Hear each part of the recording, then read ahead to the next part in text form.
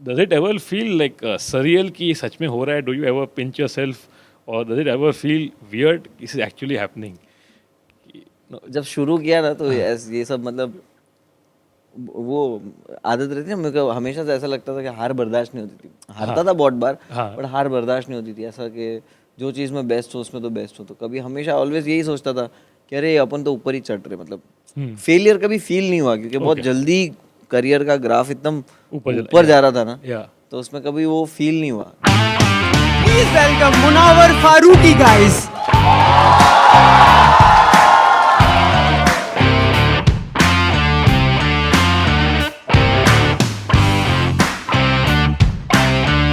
अगर मैं 3-4 साल स्ट्रगल किया होता तो उसमें मैं ऊपर नीचे देखता, Correct. बट यहाँ तो ऐसा हुआ कि 1 साल चला है, बस वो चल रहा है, वो It just चीज़ें took off. ऊपर ही जाते It रहे। was 1 year only because I remember meeting you at open mics and the next thing you know showing me your first video कि देख भाई इतना लाख आ गया, इतना comments आ गया, is this real? I'm like हाँ dude, ये तो numbers are very good.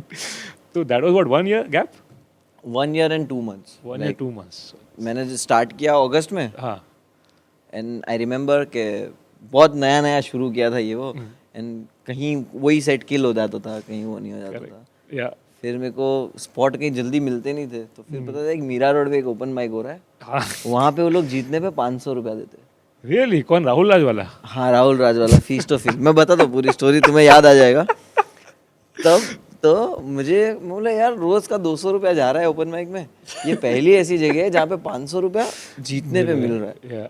तो मैंने रजिस्टर्ड किया कैसे कैसे, और सैटरडे का शाम का शो था, हाँ. तो मैं कैसे हाफ डे लेकर पहुंचा वहाँ पे, और वहाँ पे एक होस्ट था। अब मैं थोड़े पॉलिटिकल जोक करता था, अब वो होस्ट जो था पॉलिटिकल सटायर मस्त बढ़िया, और होस्ट जो भी होते थे ओपन माइक्स में वो एस्टैब्लिश कॉमिक्स होते थे। Usually yeah.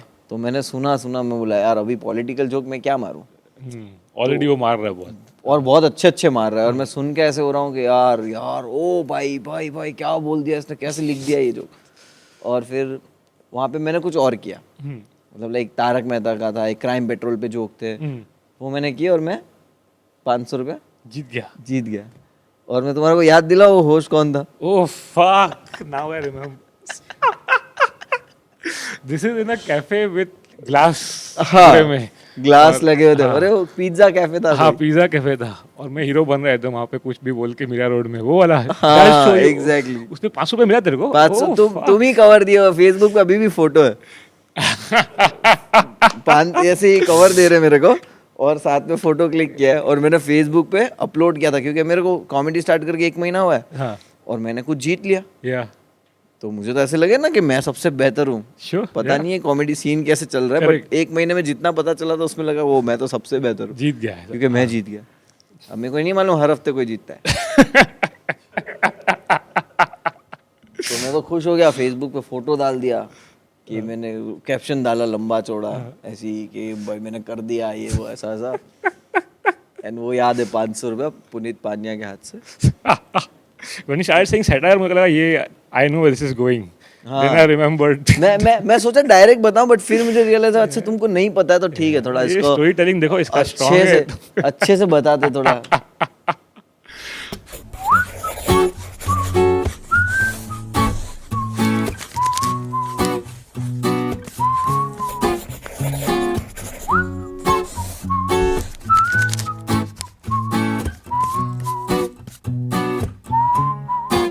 So just 1 year, huh? And did you think a lot about putting the first video out कि बस डाल दिया? Because many people overthink it. Overthink नहीं किया क्योंकि मुझे डालना ही था। मतलब पहले ऐसे हुआ कि जब शुरू किया ना तो ऐसा लग रहा था कि मैं 3 महीने में तो इंडिया का सबसे बड़ा कॉमेडियन बन जाऊँ, क्योंकि पता नहीं होता ना आपने ना स्टैंड अप कैसे चालू होता है, ओपन माइक्स क्या होते हैं, वो भी एकदम शो। तुम जब ओपन माइक पे चढ़े उसके 2 दिन पहले तुमको पता चला कि ओपन माइक नाम की कोई चीज़ भी होती है। Okay. तो वो कैसे काम करता है वो पता नहीं था। तो पहले 3 महीने के बाद फिर मॉर्निंग में कुकू क्लब में शोज होते थे, तो breakfast and bed jokes every morning. तो उसमें ऐसे होता था कि 10 बजे का शो रहता था, तो उसके लिए सुबह 6 बजे कॉमिक्स पहुंच जाते थे रजिस्टर करने, क्योंकि अगर 7 बजे पहुंचे हो 10 कॉमिक का नाम आ गया तो तुम्हें स्पॉट नहीं मिलेगा।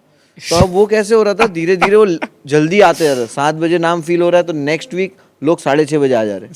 6:30 बजे नाम फील हो रहे हैं, 6 बजे आ जा रहे। ऐसा मैं 5:45 भी पहुंचा हूँ, मुझे याद है। और मेरा और 5:45 बजे बोले तो पहले से 3 कॉमिक के नाम वहाँ पे लिखे हुए रहते थे।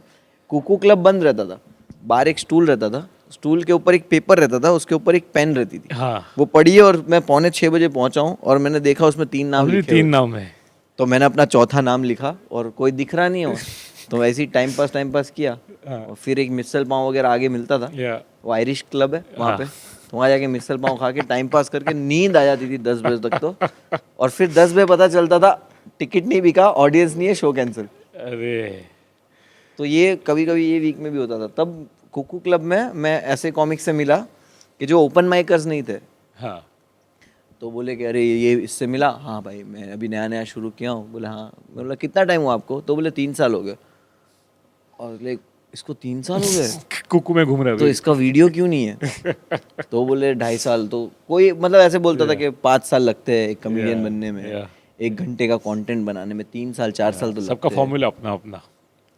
तो वो टाइम ऐसा था कि जब मुझे ये पता चला, तब मैं मेंटली कॉमिक बन चुका था बड़ा वाला, मैं मेंटली अपनी जॉब छोड़ चुका था और मैंने सबको बता दिया था कि मैं तो कॉमेडियन बनने वाला हूँ बहुत बड़ा 3 महीने में। ऐसा दोस्तों में थोड़ा घर में हल्का फुल्का। या तो फिर रियलाइज हुआ कि ओह ये तो ऐसा नहीं है। फिर पता चला कि कैसे चल रहा है, बट फिर भी पता था कि नहीं भाई मैं इसको पैसे भी दे रहा हूँ और इसमें अपने काम में भी ध्यान नहीं दे पा रहा हूँ। तो मेरे को ऐसा था कि इसमें लोग जो बोल रहे 3-4 साल में होता है, वो मैं 1 साल का अपने दिमाग में रखता हूँ कि मैं 1 साल में वो करना ही है। हाँ, तो वहाँ पे ये नहीं सोचा कि अगर नहीं हुआ तो यार मैं नहीं कर पाया तो चल गया कि भाई अब मैं करूँगा, मैं लिख रहा हूँ, स्पॉट के लिए इधर उधर भाग रहा हूँ। बहुत सारे टाइम ऐसे आए, बहुत सारे सीनियर कॉमिक्स ने थोड़ा डीमोटिवेट किए, ऐसा। हाँ स्पॉट नहीं दिए। हाँ, वो तो होना ही है। मतलब वो उनकी जिम्मेदारी थोड़ी है, मेरे को अगर कॉमिक बनना है तो उसकी जिम्मेदारी, मैं उसके भरोसे थोड़ी पैदा हुआ हूँ या कि अरे ये तो है मेरे तो कॉमिक बन ही जाऊंगा, तो उसकी भी जिम्मेदारी नहीं है। बट वो चीज़ और हिट करती थी कि हाँ यार यहाँ पे कोई सपोर्ट नहीं करने वाला, खुद ही जो करना है खुद। बहुत सपोर्टिव लोग भी थे, बट कुछ लोग थे जिनके हाथ में थोड़ा ज़्यादा पावर था, वो लोग थोड़ा वो करते थे, तो फील होता था कि यार ये तो गलत आदमी। पावर आते ही होता है हर लेवल पे। पावर ऐसी चीज़ है, मेरे हाथ में आएगा तो भी मैं शायद गलत यूज़ करूँ पावर, यू नेवर नो। या फिर वो अपने दायरे में यूज़ करूँ कि ये मेरे 4 दोस्त हैं तो मैं इनको क्यों ना दूँ, 5वें को क्यों दूँ। उतना तो बनता है ना। फिर भी मैं स्पॉट करता था और होप छोड़ दी कि हाँ भाई मेरे को तू स्पॉट दे तो मुझे स्टेज टाइम मिले। बिकॉज फिर एक रियलाइज़ होने लगा कि जो मुझे आके टोक रहा है कि डोंट डू दिस जोक, अच्छा ये भी हो चुका है। हाँ कि are you serious, you want to do this joke, just imagine your family in your front of your, you are doing this joke in front of your family, अच्छा लगेगा क्या? And I was like fuck यार ये मैंने क्या कर दिया, एक सीनियर कॉमिक को नाराज भी कर दिया। ये कमेंट बोल रहा है लाइक ऐसे संस्कारी वाला कमेंट है ये तो, कि नहीं कि मटेरियल अच्छा नहीं। हाँ अच्छा। और बहुत बुरा भी लगा कि यार ये क्या हो गया। फिर 2-4 लोगों से बात किया, फिर खुद सोचा कि अरे इसकी खुद की रोटी नहीं पकी है तो मुझे रियलाइज कि हाँ ये जो बोले वो नहीं करना है, क्योंकि इसने इसकी सुनी है तो वो यहीं पे अभी, तो मेरे को यहाँ नहीं रहना है। करेक्ट। तो फिर स्पॉट करते गए, स्टेज टाइम कि खुद करना, इंडिविजुअली करना है। हाँ वो फील हो गया था। पहले लगा कि यार कोई सपोर्ट कर दे, और फिर रियलाइज हुआ कि यार सपोर्ट तो कोई नहीं करेगा अगर करना है तो, क्योंकि सब लोग कहीं ना कहीं फंसे हुए, क्योंकि एकदम ही जो एस्टैब्लिश है, जो कॉमेडियंस है जिनको जरूरत ही नहीं है, वो लोग सपोर्ट जो इजीली कर सकते हैं, उनसे तो मेरा कांटेक्ट ही नहीं है। करेक्ट। उन्होंने तो मुझे कभी परफॉर्म, मैं मीरा रोड में ओपन माइक कर रहा हूँ, अब मैं कैसे एक्सपेक्ट करूँ कि मेरे को जाकिर कोई शो पे देख ले। तो वो तो कोई चांस था ही नहीं कहीं पे। So in a way that helped you also, no? Because if you had gone too much into overthinking and asking people कि डालू कि नहीं डालू, you would have never been able to release the videos that you did. नहीं तो video release का भी यही सीन था कि मैंने 2-3 कॉमिक्स जो शूट करवाते हैं या जिनसे थोड़ी बहुत बातचीत थी, या जो जानते थे कि हाँ ये कर रहा है बहुत मेहनत, तो उनसे पूछा भी था कि मुझे शूट कराना है वीडियो। तो कुछ ने बोला you are not ready for it, कुछ ने बोला कि अभी ऐसे नहीं होता है, अभी तेरे को 1 साल ही हुआ है ये वो। तो फिर मैंने जो पहला वीडियो जो यूट्यूब पे डाला है वो एक मैजिक शो था।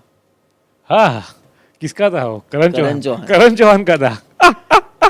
It wasn't stand up comedy show, it was a magic show। and करण ने जब शो डाला तो मैंने देखा भाई above the Habitat to show कर रहा है, बोला हाँ हाँ। मैं बोला कोई होस्ट है क्या, मैं होस्ट करूँ, तू शूट करा रहा है, बोला हाँ मैं रिकॉर्ड करा रहा हूँ यूट्यूब के लिए। तो मैं बोला मैं कर लूँ क्या, मुझे रिकॉर्ड करना है। तो बोले एक रुक जा, मैं 1-2 दिन में बताता हूँ। उसके साथ और एक था जो दोनों मिलके शो कर रहे थे, तो उसने उसको पूछा, उसने बोला हाँ कर ले। बोला ठीक है। अब शो के 2 दिन पहले पता चला कि टिकट नहीं बिका है और मैं 1 महीने से बहुत एक्साइटेड हूँ कि मेरा फाइनली शूट हो रहा है वीडियो। अब फिर लास्ट मोमेंट पे इंस्टाग्राम पे ये वो कैसे कैसे करके guest list. You also push the show for him?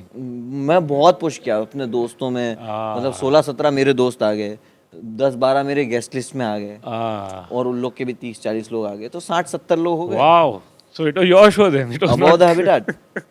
And मैं स्टेज पे चढ़ा, अब वहाँ पे जो बाकी के 40 लोग हैं वो तो कौन, ये मैजिक देखना है, उनको तो पता ही नहीं है कि मैं स्टेज पे चढ़ के क्या करने वाला हूँ।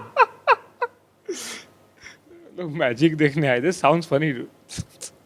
तो मैं चढ़ गया। अब जो पहला वीडियो भी तुम देखेंगे, वो वीडियो पे जो पंच लाइन्स है, वो जो है वो एक्चुअल में वैसा नहीं था। वो जो मैंने सोचा था कि मैं ये शूट कराऊंगा, वो बहुत ज्यादा किल वीडियो था कि मैं बहुत स्मूथली करता था।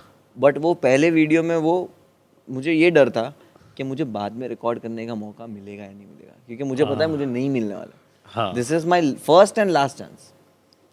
एंड फिर हम सुनते थे कि बहुत सारे कॉमेडियंस ने 13 बार शूट करवाया, 10 बार शूट करवाया। तो मैं बोला ये सब कैसे होता है, ये कौन करके देता है? मैं बोला अपना तो एक भी मुश्किल से मिला, वो भी मैजिक शो में। तो मैं बोला ये मिस नहीं करते। So shout out to Karan Chauhan, by the way. Karan Chauhan, मैं always मैं उसका हमेशा मैं नाम लेता हूँ उसका, और मैं हमेशा बोलता हूँ कि भाई थैंक यू सो मच, क्योंकि वो हाँ नहीं बोलता तो मैं शायद पहला वीडियो रिलीज नहीं कर पाता। Correct. And then everything just went on and on from there. और वो वीडियो में मैं बहुत नर्वस था। हाँ। मैं 2-3 मेन जोक जो थे वो वीडियो के, वो मैं भूल गया करना। हाँ। वो यूट्यूब पे है ही नहीं वो जोक्स, जो मेन वो वीडियो के जो मेन जोक्स थे, भूल ही गया उस दिन। पंच लाइन्स बड़े वो मैं भूल गया, और वो यूट्यूब पे है ही नहीं। आएगा ना कभी आएगा। तो वो लगा, बट जब रिकॉर्ड करा लिया तब 2-4 लोगों को दिखाया, बोले अच्छा तो है, ठीक तो है। अब उन्हीं लोगों को दिखाया जिनका सपना है वीडियो डालना। कि उनको तो लगेगा भाई तेरा शूट हो गया वीडियो, और तेरे को क्या चाहिए, 3 कैमरा एंगल, ओहो। अब कोई मैं आपको दिखाता अगर वीडियो, तो आप लोग बोलते हैं कि नहीं ये थोड़ा एक बार फिर और एक शूट करवा, ये वीक लग रहा है, ये जोक क्या है, आप लोग बोलते हैं। करेक्ट। बट आप लोग से तो मेरे रिश्ता ही नहीं है कुछ। हाँ। कि मैं आप लोग कोई भी बड़े कॉमिक को या कोई समझदार कॉमिक को मैं वो दिखाऊं। तो मैं अपने 4-5 जो है ओपन माइकर्स उनको दिखाया, और लोग बोले भाई किल है किल।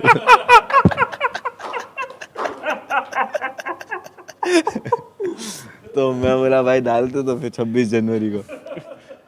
I think people don't realize how difficult it is to shoot. No, वो किसी को पता ही नहीं, लोगों को वही कि लोगों को ये लगता है कि भाई अरे स्टैंड अप कॉमेडी जाया और इन्होंने वीडियो डाल दिया। बिकॉज मुझे भी नहीं पता था, मैं पहली बार अपना ओपन माइक करने हैबिटेट में गया। हाँ।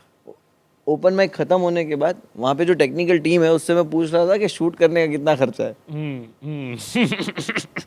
कि शूट तो मतलब उसने भी आड़ा मेल करना है ये वो, कि वो क्या ही बोल देगा कि ऐसे नहीं होता है। हाँ, ओपन मेरे को कहाँ स्कूल करेगा। करेक्ट। तो उसने बोला कि वो मेल वेल करना आपको बताएंगे। ठीक, respected sir, this is to inquire about, ऐसा। हाँ, तो मैं बोला हाँ ठीक है। फिर पता चला कि ऐसे नहीं होता है। Expensive, it is expensive, but then I tell myself personally कि you're just a suburban boy who wants to become a celebrity. It's a huge jump, no? अपना कोई बैकिंग नहीं है अपने पीछे, हाँ, कोई एजेंसी कोई प्रोडक्शन हाउस नहीं है, तो इतना खर्चा तो बनता है। Like इसमें भी you can't expect कि somebody will come and help you out with that also, उतना आपको exactly वही jump चीज मारना होती है। पड़ेगा, क्योंकि तुमको पता है ना कि हाँ अब तुमको गेम पता चल गया है, बहुत छोटी उम्र से बिजनेस किया है। करेक्ट। तो वो पता है कि हाँ भाई अब ऐसे चलना पड़ेगा, ये भी हो सकता है, ये भी हो सकता है। Yeah. तो मैं करण ने पैसे भी नहीं लिया वो शूट के। It's so nice, dude. One more shout out to Karan Chauhan. करण ने हालांकि वो 15-20 हज़ार तो देना ही पड़ता मुझे, हिस्से में आता, या 10 हज़ार तो, बट उसने वो पैसे नहीं लिया मुझसे। तो मुझे वो चीज़ भी बहुत अच्छी लगी कि यार उस वक्त जाहिर सी बात है मेरे पास पैसे नहीं थे। करेक्ट। क्योंकि मैंने एक रियलिटी शो के मतलब सीन में मैं काफ़ी फेमस था, कि बहुत किल कर रहा था। जब मैंने वीडियो शूट करा तो सबको लगता था कि यार ये वाले रियलिटी शो में तो ये सिलेक्ट हो ही जाएगा। ओके। मेरे को भी लगता था कि मैं तो हो ही जाऊंगा। Yeah. तो मैंने 4-4 मिनट की उसकी तैयारी करी। ऑब्जर्वेशन पे एक बाथरूम पे सेट लिखा, एक टॉपिकल पे एक सेट लिखा कि भाई मैं तो अगर रियलिटी शो घोष मैं जाऊं मैं ये रियलिटी शो में जाऊंगा तो मैं जीत के आऊंगा। और सब लोग बोल रहे कि तू तो लग रहा है कि तू टॉप 12 में तो होगा ही, टॉप 10 में 12 में जो मैं भी। तो मैं उसकी बहुत तैयारी कर रहा था वीडियो डालने से पहले। अक्टूबर नवंबर में मेरा शूट हुआ ये। अब दिसंबर में मैं उस चीज़ की जम के तैयारी कर रहा हूँ। वीडियो शूट हो गया है बट मैं बोला वीडियो क्यों डालूं जबकि मैं रियलिटी शो में जा रहा हूँ। तो अपन रियलिटी स्टार बनने वाले तो रियलिटी शो में फर्स्ट राउंड क्लियर हो चुका है। मेरे को इंटरव्यू के लिए भी बुलाया इन लोगों ने। तो मैं बोला भाई अपन तो रोडीज तो बन ही जाएंगे।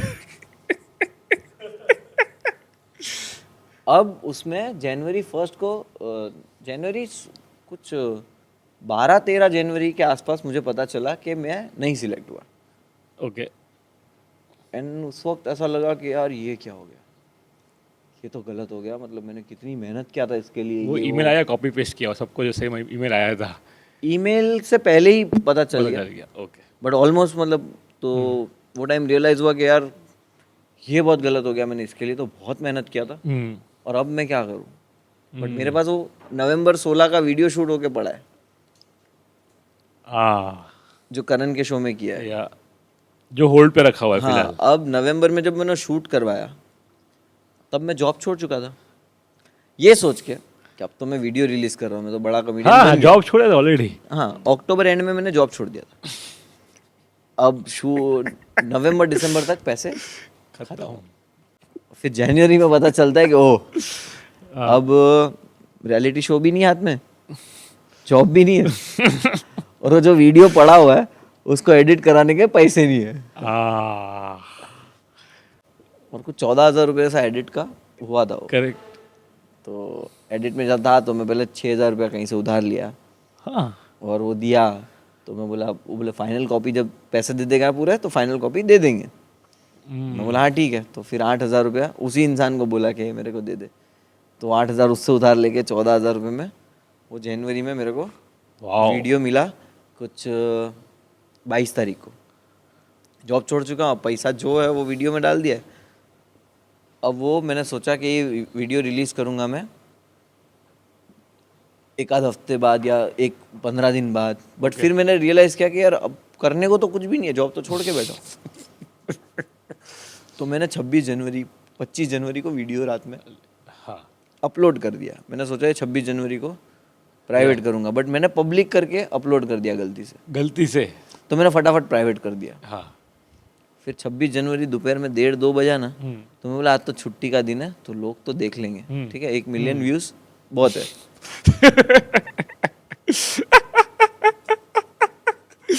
1 मिलियन व्यूज बहुत है। This is a T-shirt quote actually. तो मैंने वीडियो रिलीज किया दोपहर में और 5 दिन में उस पर 14,000 व्यूज आए। और वो 14,000 व्यूज बहुत अच्छे थे। उसका रीज़न ये बताऊं कि जीरो सब्सक्राइबर। करेक्ट। और पहले 5 दिन में 14,000 व्यूज़ कौन से थे पता है? जो लोग मुझे जानते थे, मतलब मेरे कॉन्टेक्ट्स बहुत थे, दोस्त लोग ये वो। और मैं 1 साल पूरा करता था ना तो मैं सोशल मीडिया पे बहुत चीज़ें डालता था। ओपन माइक जीतता था तो सोशल मीडिया पे डालता था। अच्छा, तो एक फॉलोइंग था थोड़ा बहुत। हाँ, और जो मेरे ओपन माइक में मुझे देखने आते थे, मुझे देखने नहीं मतलब शो देखने आते थे और लोग देख लेते थे तो मैं बोल देता था मुझे कि यार बहुत अच्छा लगा, तो मैं उसको बोलता था इंस्टाग्राम पे मेरे को फॉलो करो ना। तो मैं उनका एक जो मुझे शो पे देख के उनका एक लिस्ट बनाता था कि इसने मेरे को ये शो से फॉलो किया। हाँ। ये तो एक पूरा लिस्ट बनाता था मैं सबकी ईमेल ये इंस्टाग्राम आईडी के साथ कि ये 700-800 लोग जो है उन्होंने मुझे देखा है शो में और मेरे को फॉलो करना शुरू किया। You had 700 odd people's list before the first video came out. हाँ, और भाई देखो होमवर्क होता है लाइफ में। और 3,500-4 हज़ार लोग फॉलो करते थे इंस्टाग्राम पे उस वक्त। Very good actually. तो वो 3,500-4 हज़ार लोगों में वो वीडियो घूमा। और जो लोग मेरे रिश्तेदार या दोस्त थे दूर के, वो लोग बोलते क्या कर रहा है बे तू कॉमेडी, हमको वीडियो तो दिखा, अपलोड तो कर, शो तेरा कहाँ आएगा, कौन सी चैनल पे आएगा। तो मैं उन लोग जो एक्साइटेड थे जो 6-8 महीने से, उनको पता चला कि वो मैंने वीडियो अपलोड किया। तो उन्होंने देखा, किसी ने 2 बार देख लिया, किसी ने शेयर कर दिया ये वो। तो वो 14,000 व्यूज हुए और वो अब बाहर नहीं जाएगा। मुझे पता है कि अब ये वीडियो पता नहीं। मेरा एक जोक था सैनिटरी पैड वाला, हाँ, पेपर में रैप कर, पेपर में रैप, ठीक है। अब वो जोक मुझे तो बहुत पसंद था और ऐसे ही हुआ कि बडी बिट्स करके एक फेसबुक है और 2-3 जो फेसबुक पे ऐसे वीडियो शेयर वाले हैं, उन्होंने वो क्लिप शेयर किया। ओके, जस्ट दैट मच, नहीं 2-2.5 मिनट का, जिसमें वो जोक भी था। हाँ। एंड फिर वो जोक का मीम बनता है ना, जैसे 4 फोटो है और उसमें वो जोक कंप्लीट लिखा हुआ है, चौथे वाले में पंच लाइन है, पैनल में, हाँ, हाइडिंग रियलिटी। तो वो कुछ लोगों ने बना के शेयर करना शुरू किया। अब वो जब शेयर होने लगा ना, तो 4-5 दिन के बाद व्यूज आने लगे। तो 20,000 व्यूज हुए और मैं कर रहा हूँ सेलिब्रेट पोस्टर बना के। फिर हुए 40,000 व्यूज और 40,000 व्यूज का पोस्टर बनाया। पता है 20,000 व्यूज हुए ना, तब मैंने 40,000 का भी पोस्टर बना दिया। और जब 40,000 व्यूज हुए ना, तो मैंने स्टोरी डाला इंस्टाग्राम पे कि यार आई कांट बिलीव के 40,000 व्यूज हो गए, मैंने कभी नहीं सोचा था। तो मेरे जो दोस्त लोग जो ओपन माइकर है, उन लोग मैसेज कर रहे हैं मेरे को उस वक्त कि भाई तूने 40,000 का पोस्टर बना के रखा था, काहे को झूठ बोल रहा है।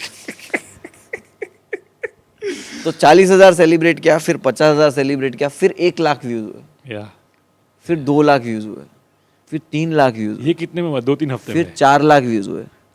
और मैं ये सब कुछ सेलिब्रेट कर रहा हूँ, हर एक का पोस्टर बना रहा हूँ, 3 लाख व्यूज, 4 लाख व्यूज।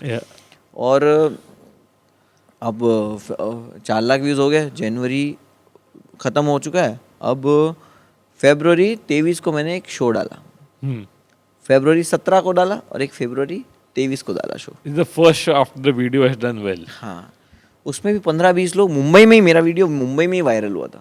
जो 2-4 लाख व्यूज थे वो मुंबई के मोस्टली थे उसमें। तो उसमें 25-30 टिकट मेरी बिक गई। फिर और 2 कॉमिक थे मुंबई के, और उनके साथ हम तीनों मिलके शो कर रहे थे कि हम लोग शूट करवाएंगे। मिलेनियल्स। और उसमें एंडी और अंकिता थे। एंडी फेवरेट कॉमिक, जब भी वो देते थे, लेकिन उसका वीडियो ही नहीं चलेगा। एंडी रेगू को क्या शाउट आउट दे, उसने वीडियो ही नहीं डाला है और वो जीनियस है। तो जब भी वीडियो डालेगा बहुत वायरल जाएगा। और तो हम लोग साथ में शो किए ये सोच के कि अब किसी की जरूरत थोड़ी है शूट कराने के लिए, अब तो 30 टिकट बेचेंगे और खुद के शो में रिकॉर्ड करेंगे।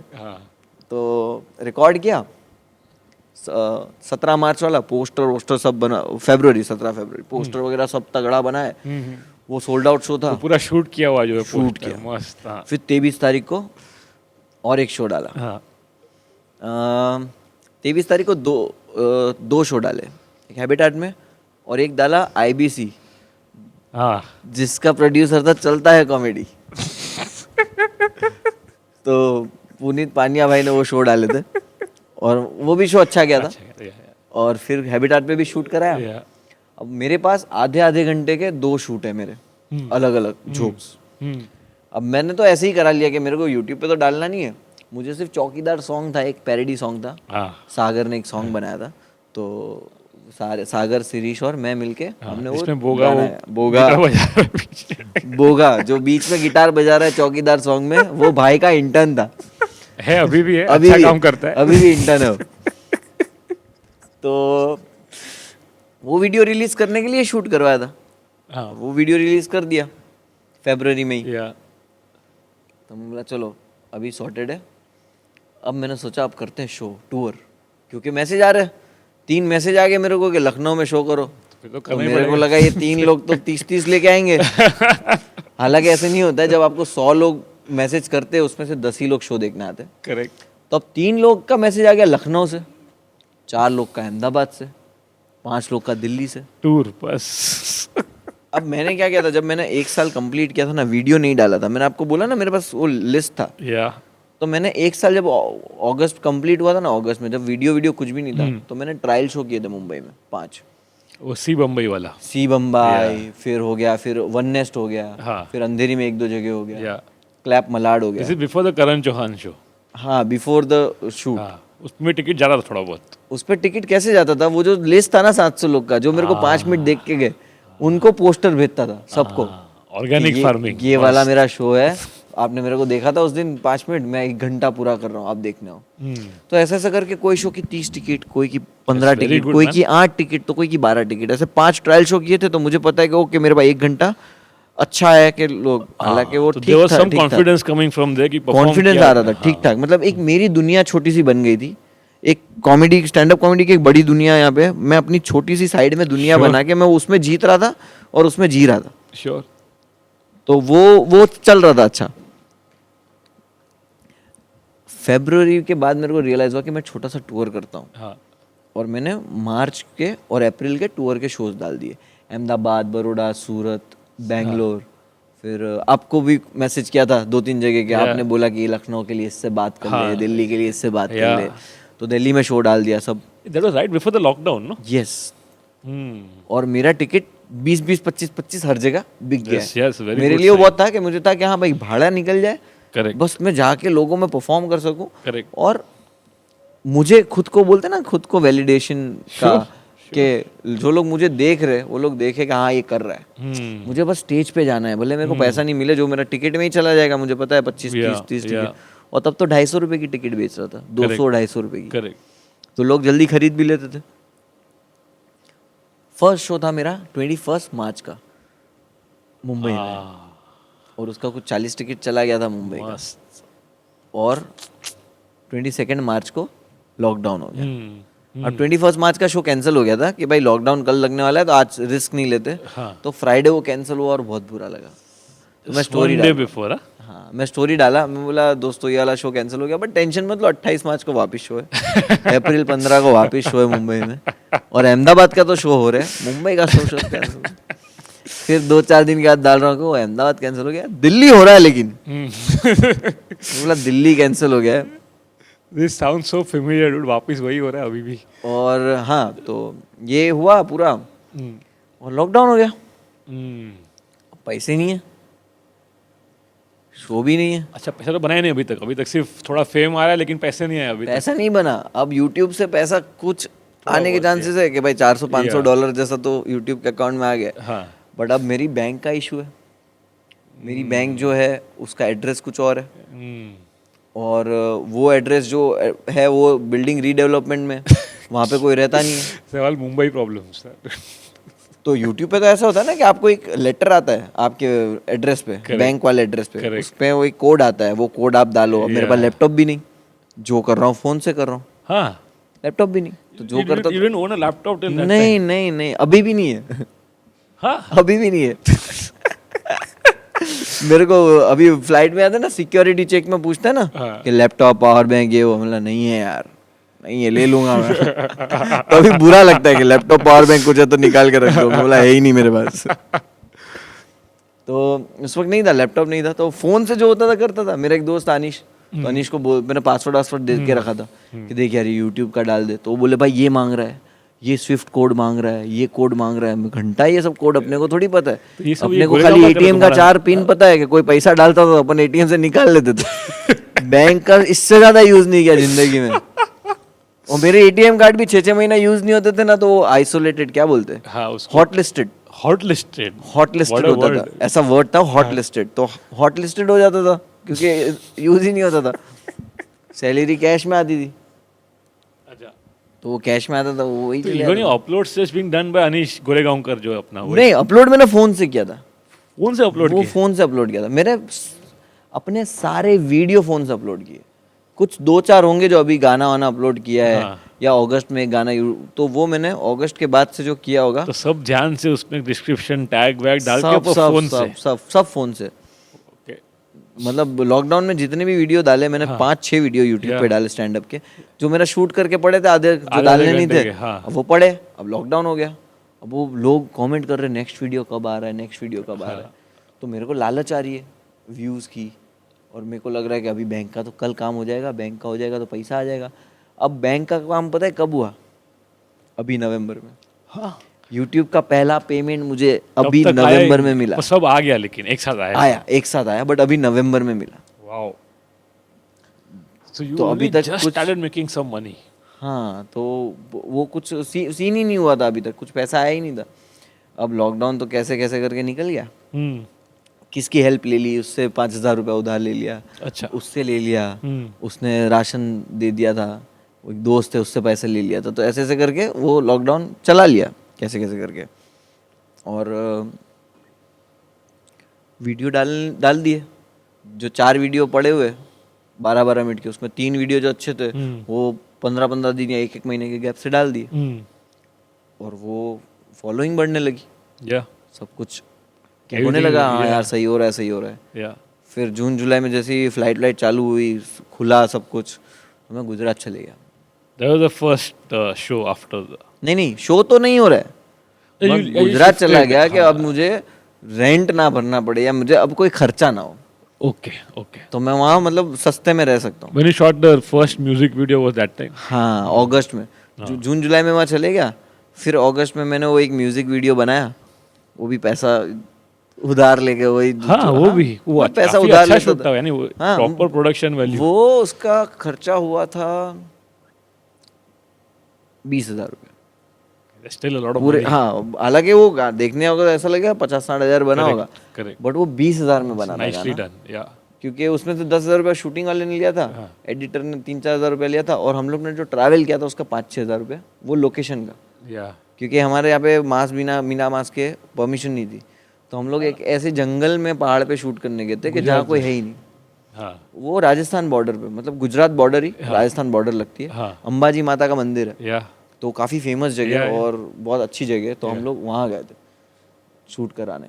तो वहाँ पे शूट हो गया, वहाँ पे कुछ कोविड वगैरह का सीन नहीं था, तो वहाँ वो शूट हो गया। और फिर अगस्त में ऐसा हुआ कि जूम शो करने पड़े, अच्छा, क्योंकि लोग अब होप पे बैठे कि यार शो करो करेक्ट, और जैसे ही लॉकडाउन खुला कि अब शोज होना शुरू हुए, कि दिल्ली में सबसे पहला खुला है, दिल्ली सबसे पहले खुला था, या तो दिल्ली में अक्टूबर का शो डाल दिया। हाँ अक्षरा में था, अक्षरा में, हाँ सबसे पहला शो मेरा गुड़गांव में हुआ, हाँ और सेकेंड डे अक्षरा में, ओपन एयर जो है, या ओपन एयर की परमिशन मिल जाती थी Correct. कोविड की वजह से कि भाई डिस्टेंसिंग पे लोग बैठे या हैं। और मुझे मिल गई, और मैंने अक्टूबर से शुरू किया, अक्टूबर नवंबर दिसंबर shows. and none of this has come out yet in your material yet, no, the actual struggle financially also वो तो लोगों को नहीं पता नहीं है, वैसे बहुत सारी चीजें लोगों को नहीं पता है, या वो आएगा धीरे धीरे आएगा ना। हाँ तो आज ये जो इंटरव्यू है ना, ये इसलिए नहीं है कि मैं मेरी स्ट्रगल बताऊं, as a comedian, sure as a comedian career कैसे गया है Yeah. वो बताने के लिए। और ऑब्वियसली कोई एक इंटरव्यू ऐसी होता है कि जिसमें आप खुल के बता दो, तो आपको बार बार चीज़ें बताने की ज़रूरत ही ना पड़े, करेक्ट, कि आपका एक इंटरव्यू है, वो इंटरव्यू ही वहाँ पे रहे कि हाँ भाई अभी कुछ भी जानना है तो इससे जान ले। हमको अगर कमेडियन बनना भी है तो यहाँ से जान लें। because you want to move on also and you want to talk about other things because you have so much to talk about, right? हाँ कि भाई ये अब जान लो जितना तुमको, ऑब्वियसली सबको जानना होता है कि इसने कैसे किया, Correct. क्यों किया। बहुत सारे लोग करके कि हमको भी कॉमेडियन बनना है, तुमने कैसे किया, कैसे करे, कुछ टिप दे दो। Yeah, बोला मैं कहाँ से दूँ, मेरे को खुद को अभी तक नहीं आया है। yeah, जोक राइटिंग क्या होती है मेरे को नहीं पता है, yeah. फॉर्मूला से नहीं कर रहे, सेटअप पंच लाइन पता है या कि एक सेटअप होता है, उसके बाद एक पंच लाइन आता है, जो नॉर्मल चीज़ है, जो बेसिक है Sure, वो पता है कि भाई रूल ऑफ 3 होता है कि पहला एक चीज़ बोलो, दूसरी और तीसरी सरप्राइज बोल दो या कुछ फनी बोल दो। करेक्ट, ये नॉर्मल चीज़ है जो सीखी है नॉर्मल, Yeah. उतना ही पता है। और वो भी जब लिखते वक्त फॉलो नहीं करता, तो जब मुझे ही नहीं आता जोक लिखना तो मैं किसको टिप कैसे दूँ। मेरे को तो इतना ही पता है कि मैं स्टेज पे जाके जो चीज़ मुझे फनी लगती है मैं बोलता हूँ, अगर लोग हंस रहे तो बस मुझे और कुछ नहीं चाहिए। And rest you pick up organically also भी, इतने शोज कर रहे हो तो वहाँ से ही तुम सीख लोगे काफी कुछ, हाँ।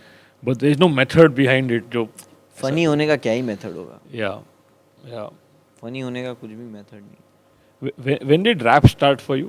Did you used to do it earlier at in any form कि नहीं एक्चुअली रैप का ऐसा था कि मैं सुनता बहुत था।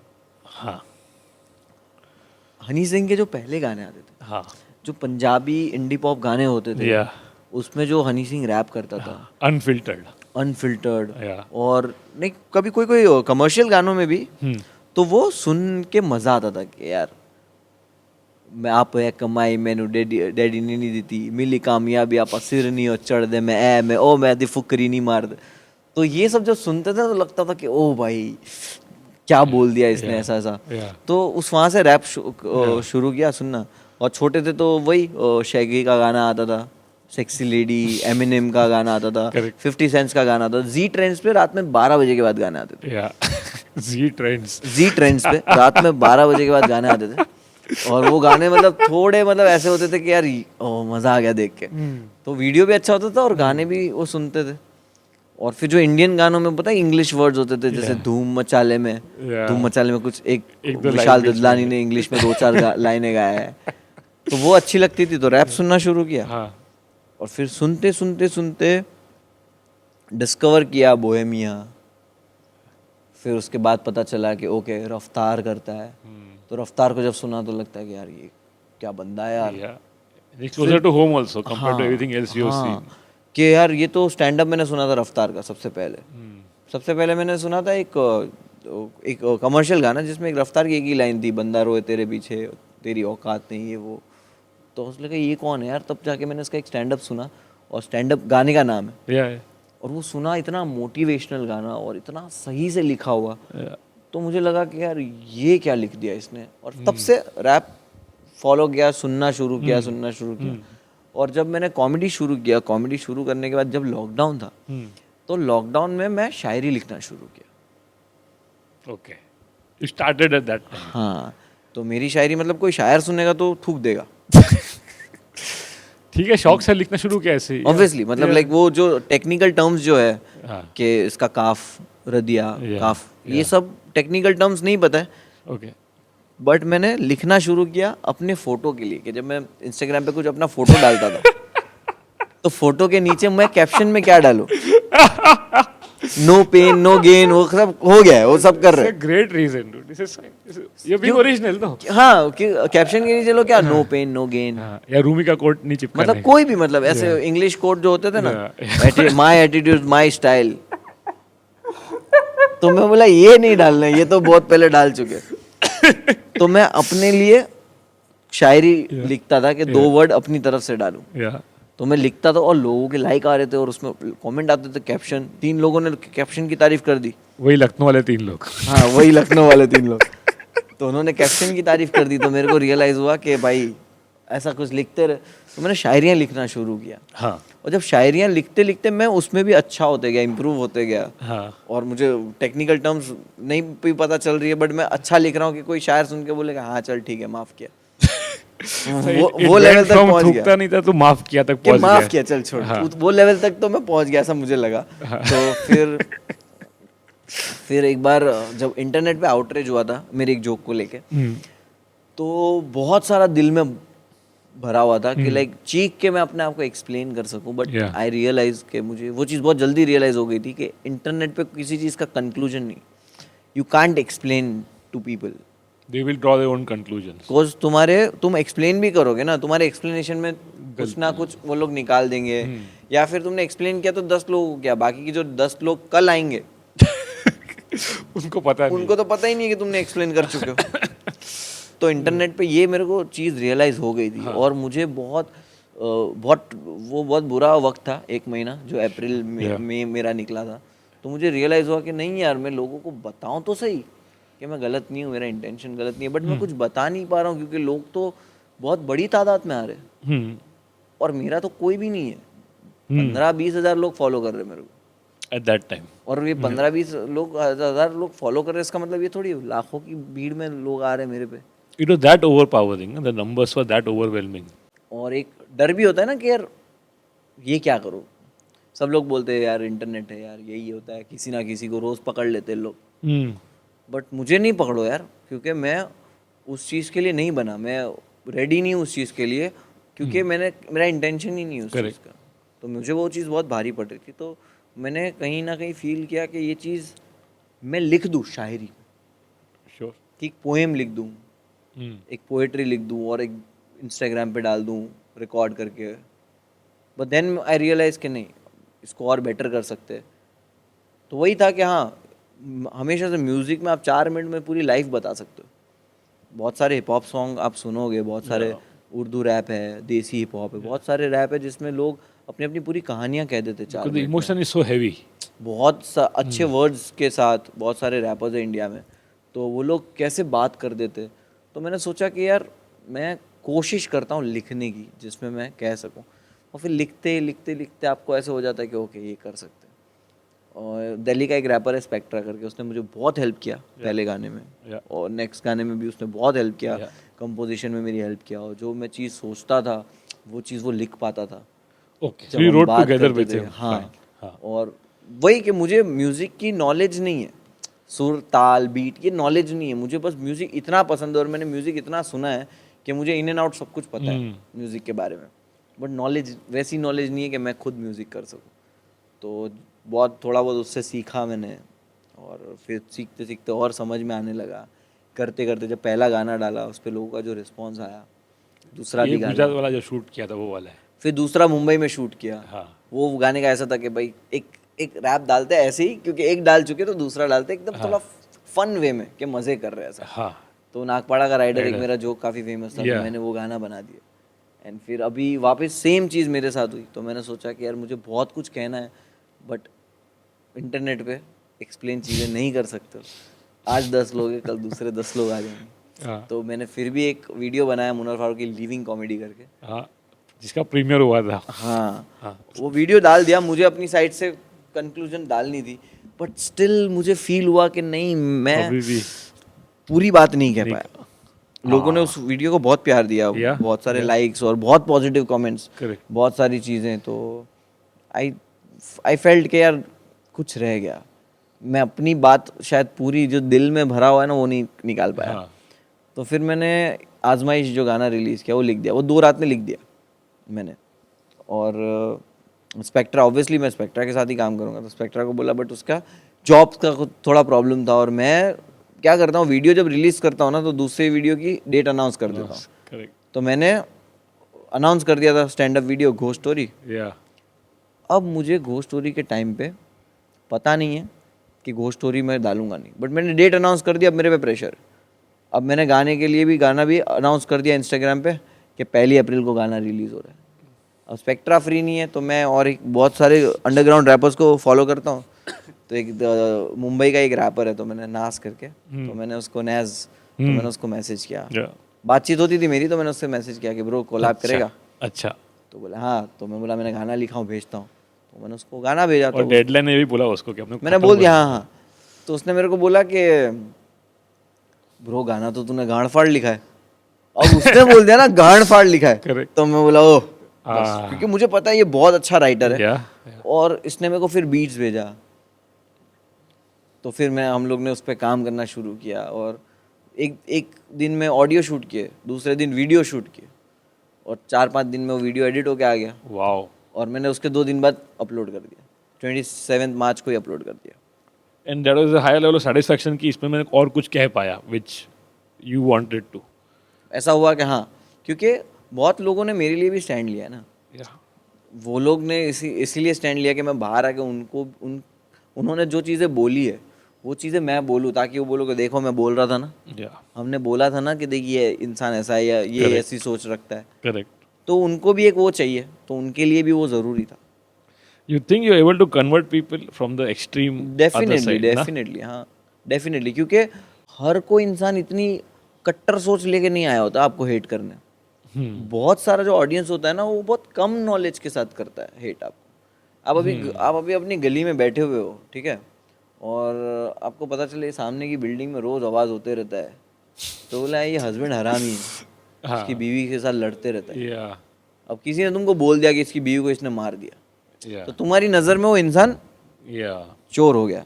अब कभी वो इंसान तुम्हारे साथ चाय वाले के यहाँ पे खड़ा होगा और तुमको उस बात करेगा तुम्हारे साथ, और तुमको रियलाइज होगा कि नहीं यार ये इतना बुरा भी नहीं है। अभी तक तो तुम्हारा उसको लेके कुछ और ही वो था, बट जब तुमने उससे बात की तब पता चला कि यार ऐसा तो नहीं है, ठीक इंसान है।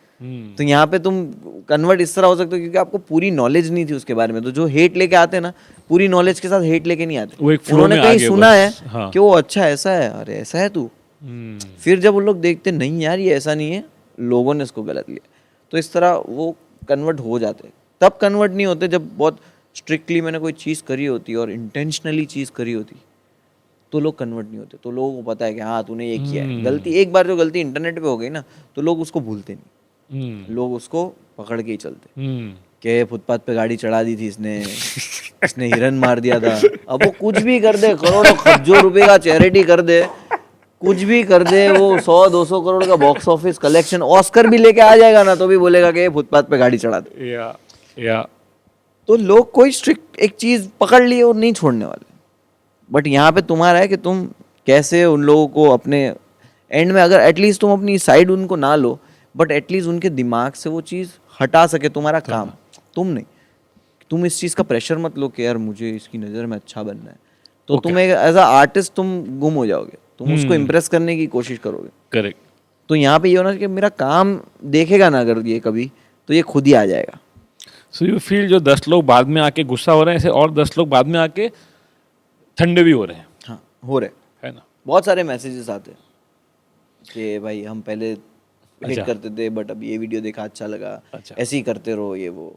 That's nice. So there is hope. No. Definitely hope तो हर जगह है, बट मुझे लगता है कि शायद रियलिटी में उतना नहीं होगा जो इंटरनेट पे रियलिटी दिखता में है। नहीं। इंटरनेट पे लोग फ्रस्ट्रेट भी है ना, अपनी अपनी लाइफ से खुश नहीं है। पहले लोग ऐसा होता था कि फ्रस्ट्रेशन कहीं निकाल देते, अभी इंटरनेट पे निकालते, क्योंकि बहुत इजी जगह है ना। Anonymous. अब पड़ोसी पे फ्रस्ट्रेशन निकालोगे तो वो भी तुम्हारे पे निकालेगा ना, वो भी मिक्सर आवाज और करके पीसेगा। करेक्ट। तो यहाँ पे इंटरनेट पे वो होता नहीं है। इंटरनेट पे हाँ गाली दी है और उसने गाली दिया, तुमने गाली दी है, तो इंटरनेट पे हेट फ्रस्ट्रेशन के हिसाब से निकलता है। और मैंने वो वीडियो में भी बोला था कि हम लोग उसके लिए लड़ रहे जो हमको जानता भी नहीं, और उस इंसान से लड़ रहे जिसको हम नहीं जानते। तो इंटरनेट पे अगर लोगों को ये समझ में आ जाए ना कि ऐसा क्या हुआ पिछले कुछ सालों में, ऐसे कौन लोग आ गए इंटरनेट पे अपनी दुकान लेके कि जिनको पक्षों की ज़रूरत पड़ रही है, जिनको साइड्स की ज़रूरत पड़ रही है, जिनके यहाँ पे आर्ग्यूमेंट्स की ज़रूरत पड़ रही है कि ये सही है ये गलत है। तो ऐसे कौन लोग हैं जो इंटरनेट पे पिछले कुछ सालों में आए। तो हमें ये देखने की ज़रूरत है। जब हमें ये समझ में आ जाएगा ना कि हाँ ये लोगों ने अगर इंटरनेट पे दुकान नहीं खोली होती तो आज मैं पुनीत पानिया को रोज़ सुबह गुड मॉर्निंग मैसेज भेज रहा होता, मैं पुनीत पानिया की फोटो पे लाइक कर रहा होता कि अरे सर गोवा में अकेले अकेले। करेक्ट। तो इस तरह की चीज़ें होती थी इंटरनेट पे पहले, फेसबुक पे कि फ़ोटो डालते थे लोग, लाइक करते थे और कमेंट करते थे कि ओहो हिमाचल गए हो, ओह मनाली गए हो, हमारे लिए ये लेके आना, बर्फ लेके आना। बहुत इनोसेंट लोग थे इंटरनेट पे। करेक्ट। तो ये लोग अब कहाँ हैं, क्योंकि लोग धंधा लेके आ गए इंटरनेट पे। तो लोगों ने जब से धंधा खोला ना इंटरनेट पे तो प्रॉब्लम हो गई। तो कौन से लोग हैं जो अपनी मार्केटिंग करने इंटरनेट पे आए, ये हमें समझना होगा कि ये लोग कौन है कि जिसकी वजह से आर्ग्यूमेंट और हेट हो रहा है, पक्ष की जरूरत पड़ रही है कि या साइडें लेनी पड़ रही है। ऑलवेज राइट और रॉन्ग, फॉर और अगेंस्ट, हर बार स्टेट वाइज जा रहा है। और इसमें प्रॉब्लम यही है ना कि समझदार इंसान और एजुकेटेड, ये इंसान ज़्यादा आर्ग्यूमेंट्स नहीं करते। अब कर रहे हैं क्योंकि अब इनको भी दिखाना है कि मेरे को कितनी इंग्लिश आती है या मुझे जानकारी है पूरी दुनिया की, तो इसलिए वो लोग आर्ग्यूमेंट करते हैं। बट अगर वो समझे ना कि ये आर्ग्यूमेंट से कुछ हासिल नहीं है तो वो अलग आर्ग्यूमेंट नहीं करेंगे। और बाकी जो गालियाँ चलते रहती है रिप्लाई में, वो लोगों को तो इंटरनेट यूज़ करना ही नहीं आया। वो लोग तो रेडी नहीं थे इंटरनेट के लिए। करेक्ट। क्योंकि अगर वो समझदार होता तो अपना टाइम इसमें वेस्ट नहीं करता ना, कुछ अच्छा प्रोडक्टिव चीज कर लेता। खाली फोकट का इतना खोटा स्ट्रेस ले रहे ना। तो मैं कभी भी कोई भी इंटरनेट पे ऐसा नहीं है कि मैं अभी ये इस चीज़ों में सोचा हूँ, आप कभी का भी खोल लो मेरा फेसबुक, किसी से कभी भी इंटरनेट पे कोई भी आर्ग्यूमेंट में मैं नहीं पड़ा। और मैं ऑलवेज अपने लाइव में, अपने इंस्टाग्राम पोस्ट में अपने फैंस जो फॉलोअर्स है उनको भी यही चीज़ बोलता हूँ।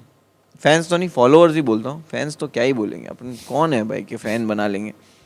तो मैं उनको यही चीज़ बोलता हूँ कि कोई भी मेरे को गाली देना, उसको इग्नोर कर देना। ओके। उसको रिप्लाई मत करना, क्योंकि तुम रिप्लाई करोगे वो तुमको भी गाली, उसको वैलिडेशन मिलेगा उसकी गाली का। There's no way you can win. You have the best argument, but he's happy already कि रिप्लाई मिल गया मेरे को।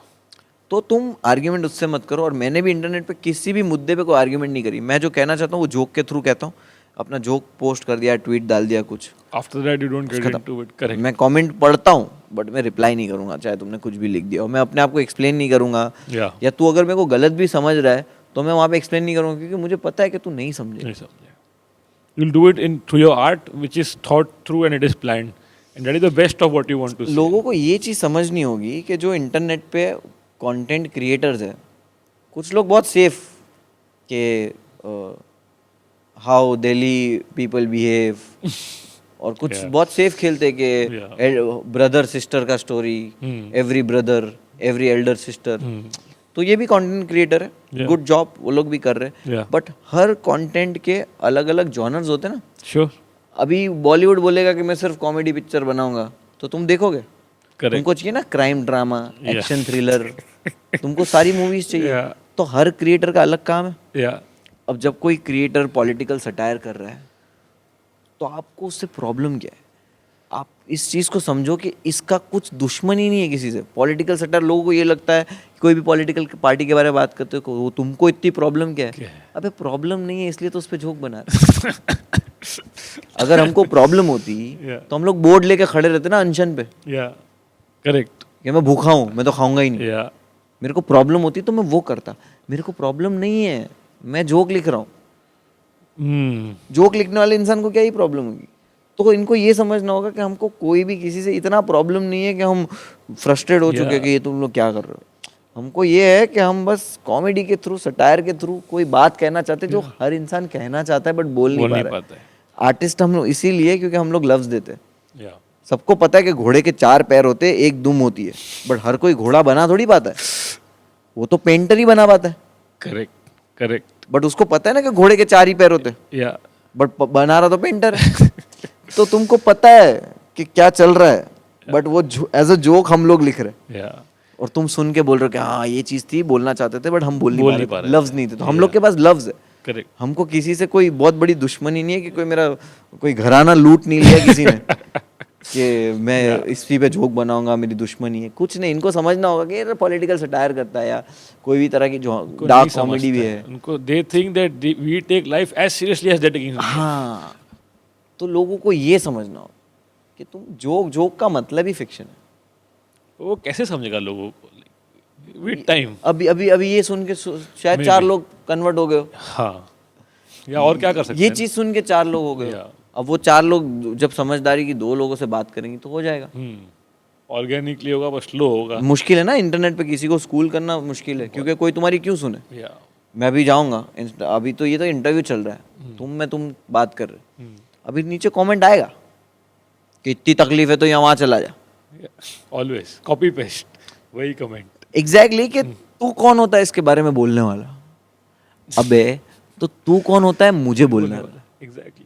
तो ये लोग नहीं समझते कि डेमोक्रेसी और फ्रीडम ऑफ स्पीच की बात कर रहे हैं, तो जो फोर्स करते कि अच्छा तूने इसके बारे में बोला, 2 महीने पहले ये हुआ था, इसके बारे में तो तूने क्यों नहीं बोला? What a great argument. ये क्या, ये तो बेवकूफ़ी हो गई ना. तो यही तो फ्रीडम ऑफ स्पीच है कि मुझे हक है, मुझे जिसके बारे में बोल रहा हूँ मैं बोलूँ, नहीं बोलना नहीं बोलूँ.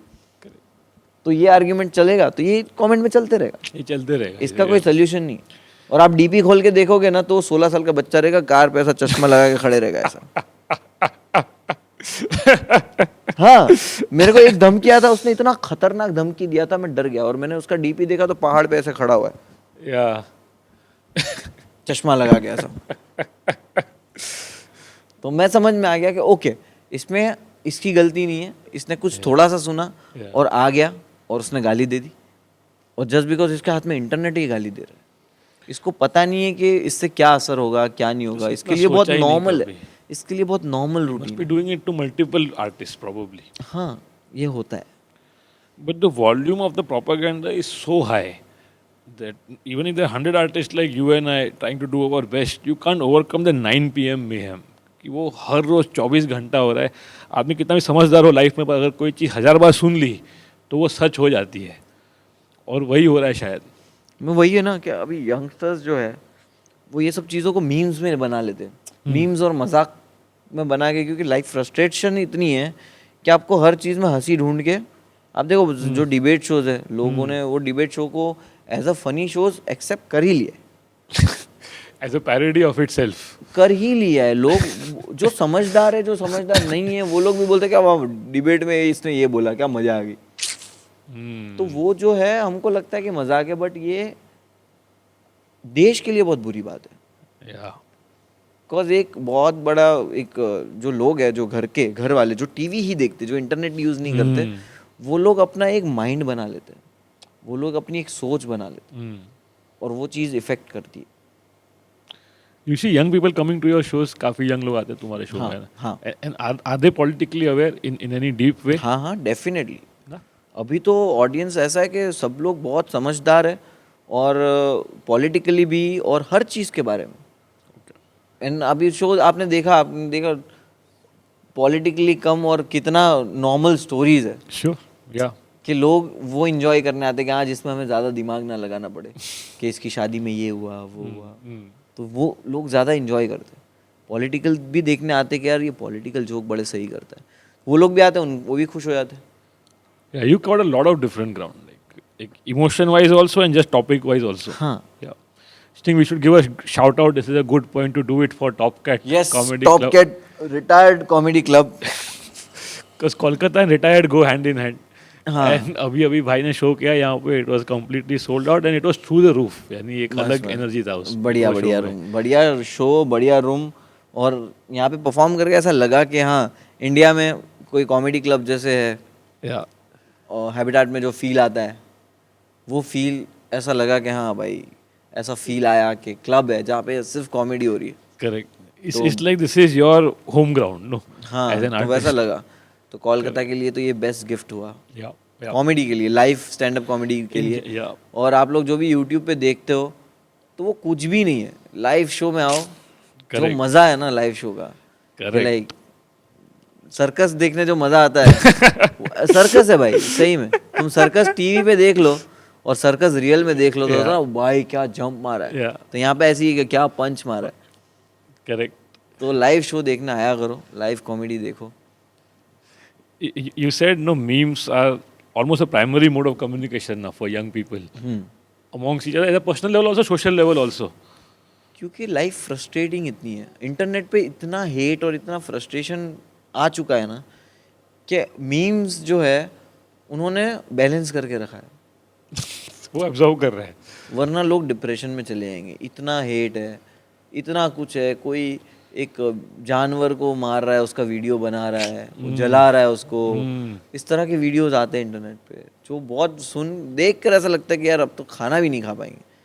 तो ऐसी चीज़ें इंटरनेट पे सीधी सीधी हो रही कि इसने इसको आज मार दिया, उसने उसको ये धक्का दे दिया, आज इसके साथ ये हुआ, ये बच्ची का रेप, ये वो. पहले थोड़ी पता चलता था, अब सब मालूम पड़ रहा है. सब तुरंत मालूम पड़ता है. तो ये सारी चीज़ें कितनी हैंडल नहीं कर पाओगे. तुम काम धंधे बढ़िया है तुम्हारे, तुम हर चीज़ से सही हो, कोविड नाम की कोई बीमारी ही नहीं है दुनिया में, तब ये सारी चीज़ें ऐसी लगती है कि ओके चलो ठीक है. ऑलरेडी कितनी परेशानी है. लोगों के पास काम धंधा नहीं है, पैसे नहीं है, सेविंग्स ख़त्म हो रही है, इकोनॉमी डाउन जा रही है, जॉब्स ख़राब हो रही है, कोविड ऊपर आके सर पे पड़ा हुआ है.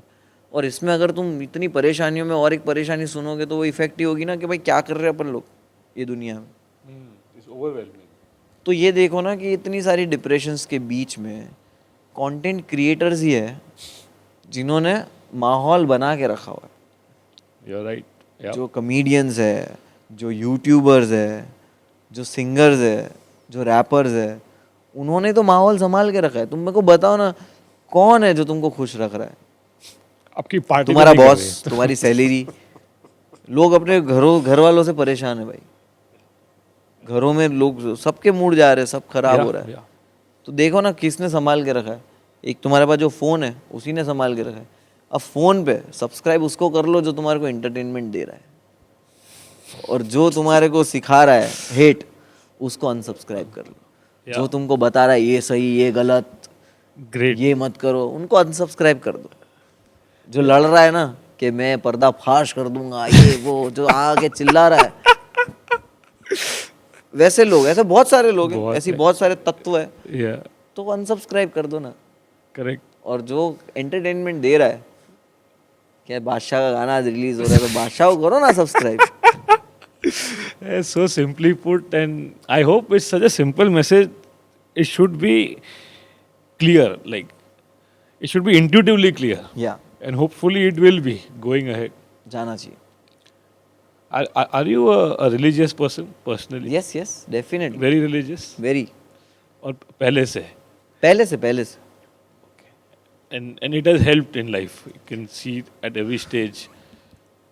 हाँ ऑब्वियसली, क्योंकि रिलीजियस होने का मतलब ही है ना कि आपके साथ कुछ सही भी हुआ या कुछ भी गलत हुआ, आपको पता है कि किसने किया। समझ रहे हो, आपको पता है। मेरी बात बता रहा हूँ कि मुझे पता है कि चलो अल्लाह की मर्जी।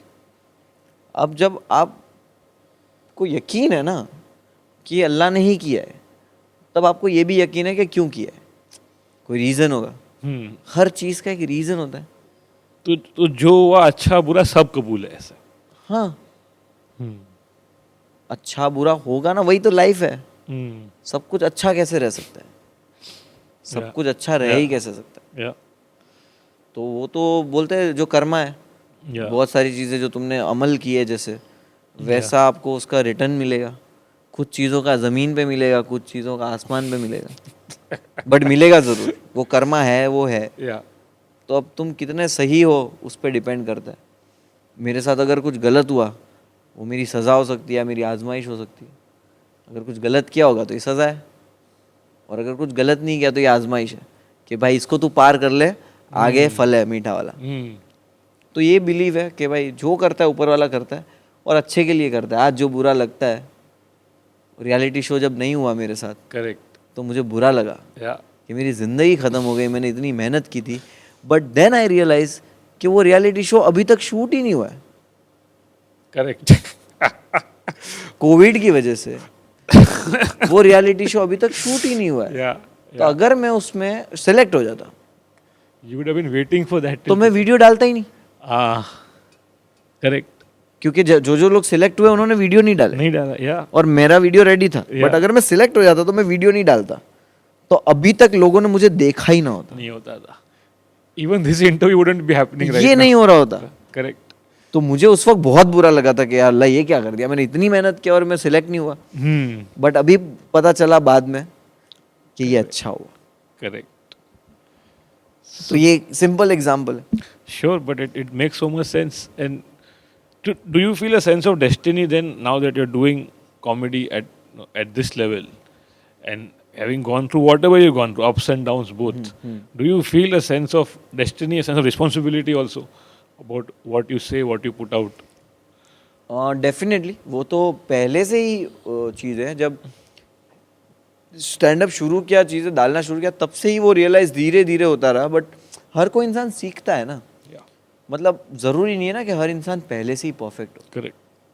कि हर इंसान ऐसा हो, कहे नहीं यार इसको तो हम फॉलो करेंगे, वो हर इंसान ऐसा हो ज़रूरी नहीं है। करेक्ट। तो इंसान धीरे धीरे वो होता है कि भाई एक वक्त के साथ एज अ राइटर तुम्हारे अंदर इम्प्रूवमेंट आती है, एज अ परफॉर्मर आपके अंदर इम्प्रूवमेंट आती है। तो टाइम के साथ इम्प्रूवमेंट आती है कि हाँ, जब मैंने शायद 2 साल पहले कोई चीज़ ऐसी बोली होगी, वो शायद अब नहीं बोलूँगा, क्योंकि अब मुझे पता है कि हाँ ये नहीं बोलना चाहिए।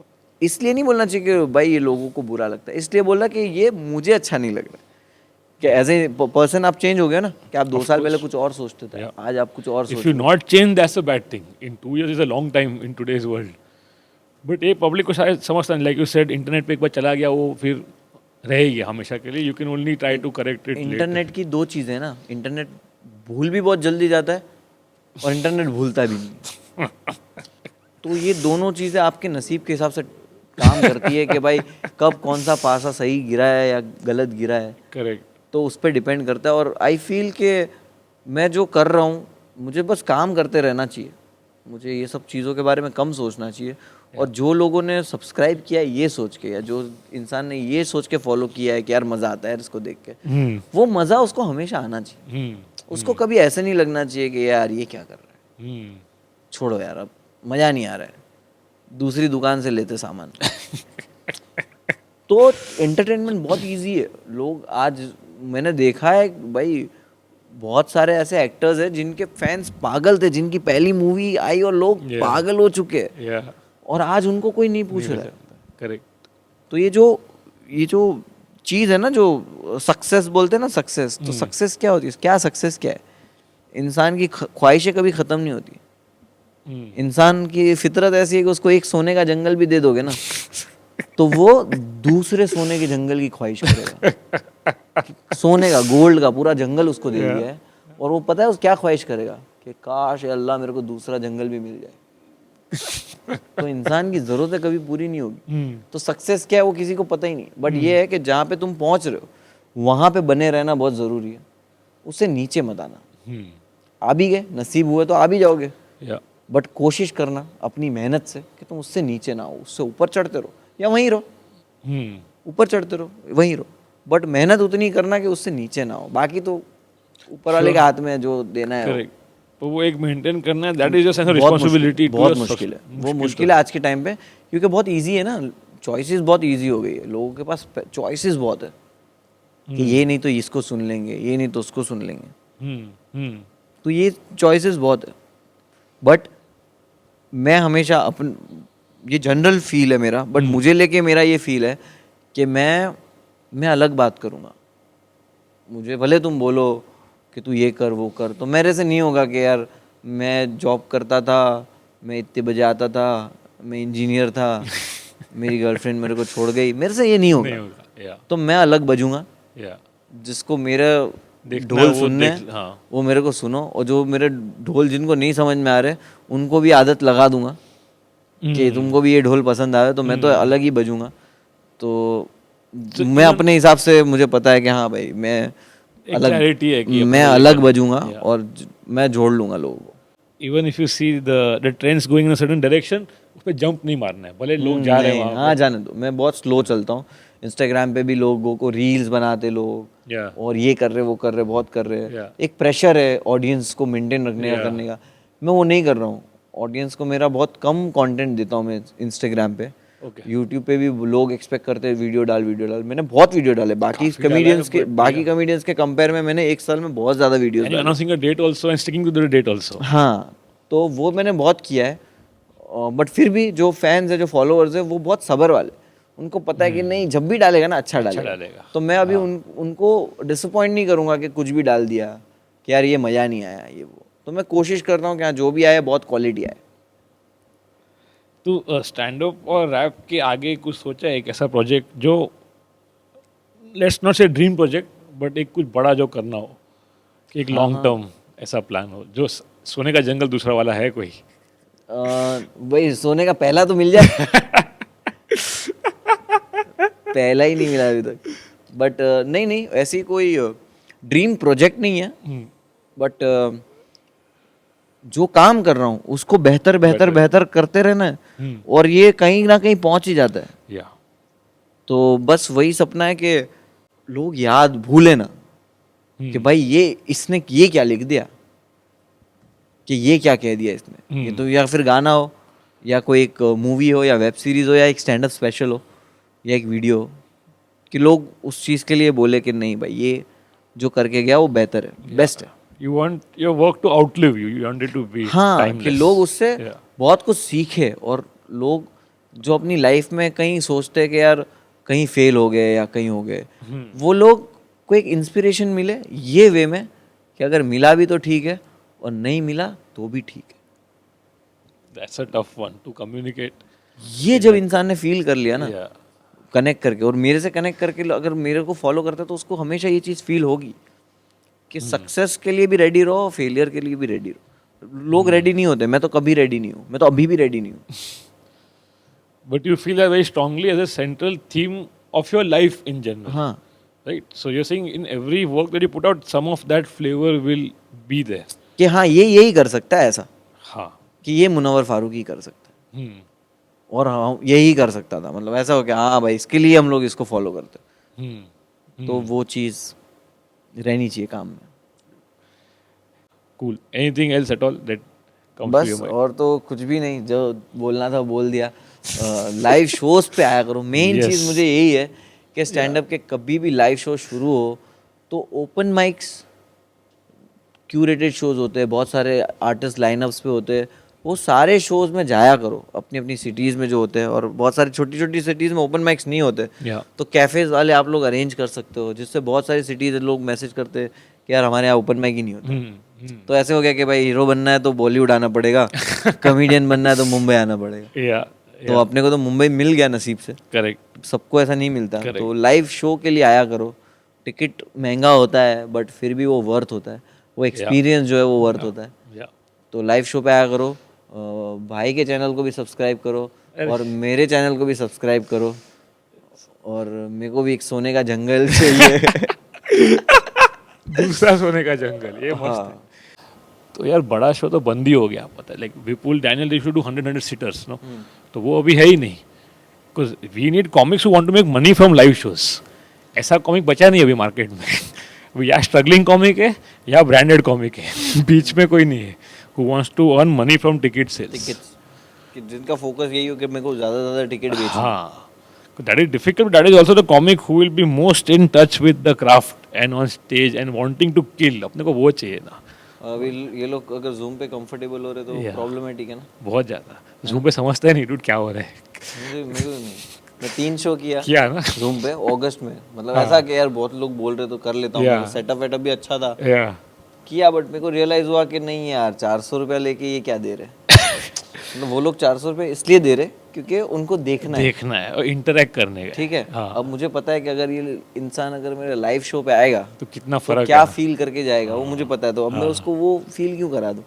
हो सकता है मैं जब टूर करूँ और वही जो जूम शो देख के गया है वही वो मेरा लाइव शो देखने आएगा, तब उसका वो जोक सुना हुआ है ना उसने, वो तो है, तो वो उसका मजा थोड़ा हल्का हो जाएगा। यस, और मेरे को यही हुआ कि ऑडियंस का waste of money. I think it's a different format. You cannot even call it stand-up. It's something else. उसको stand-up तो है ही नहीं वो। ना, but people what they enjoy. मजबूरी। इसको मजबूरी बोलते। इसको मजबूरी बोलते।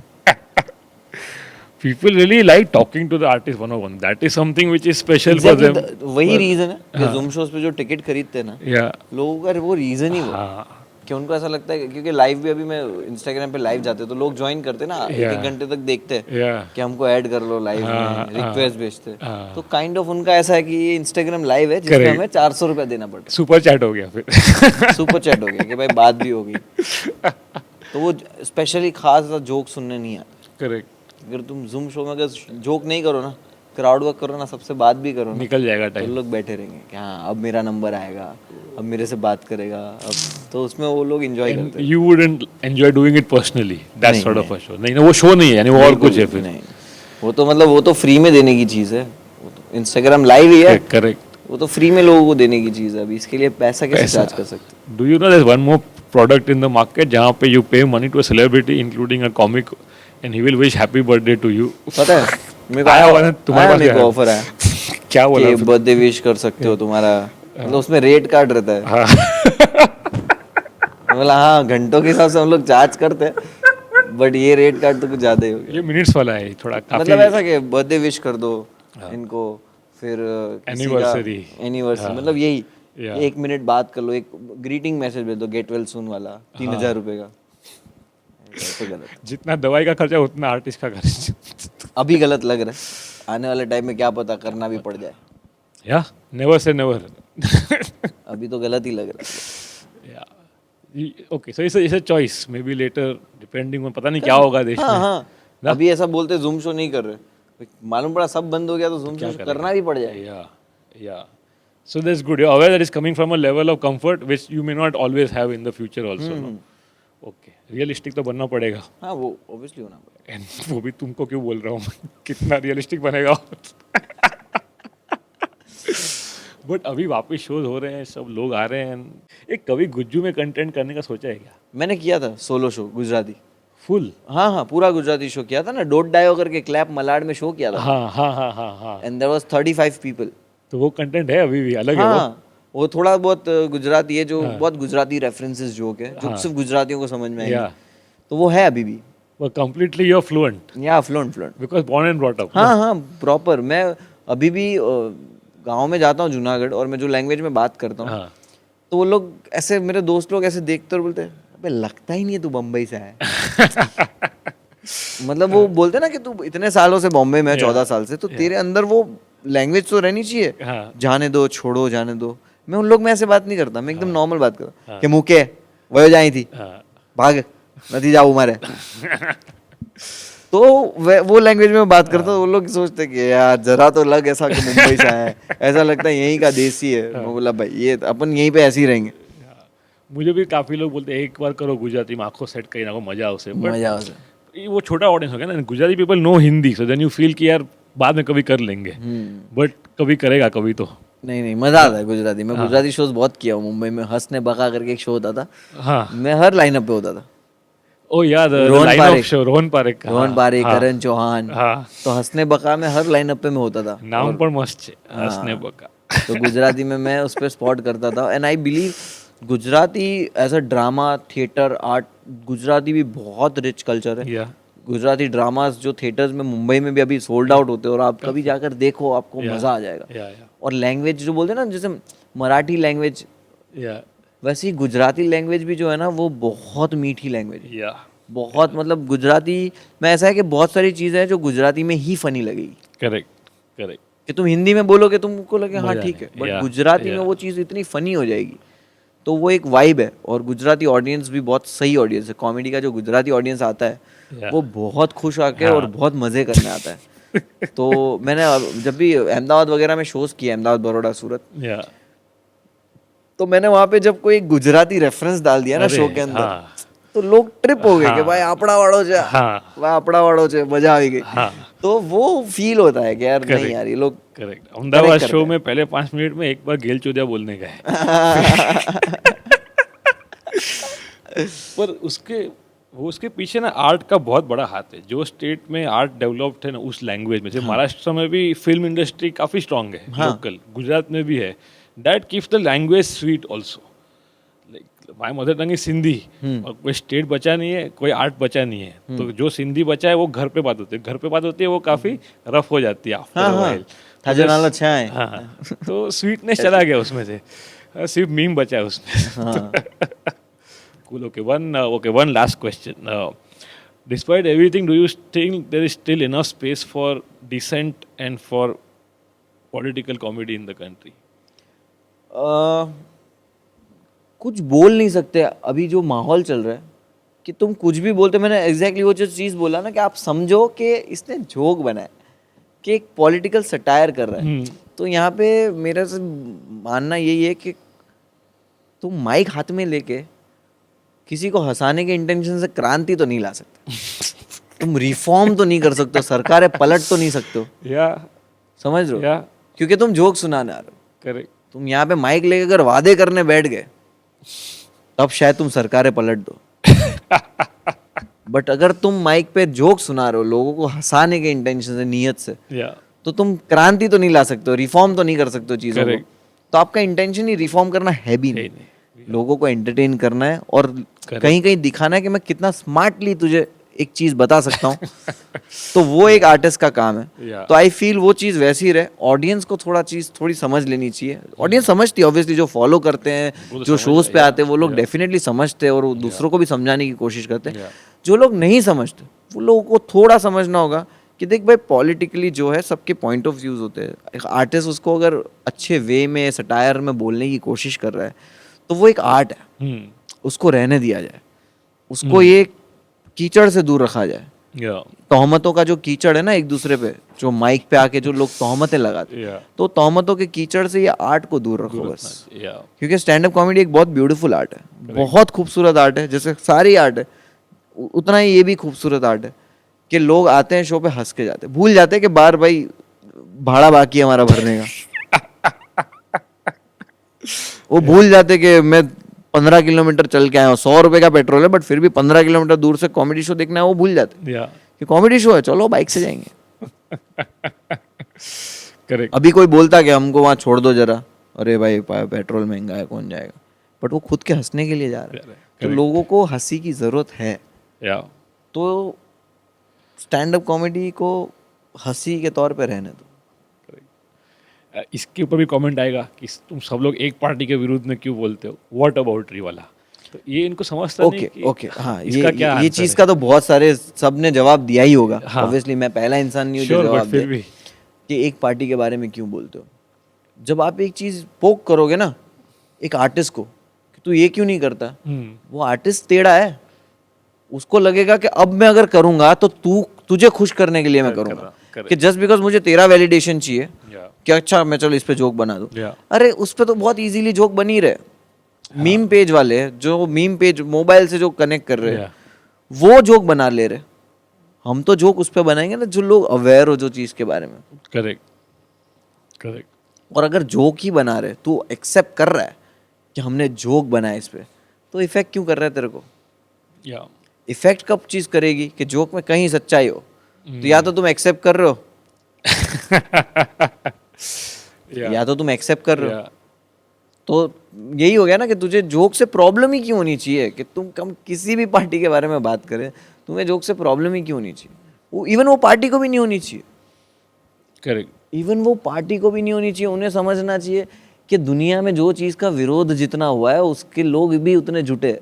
करेक्ट।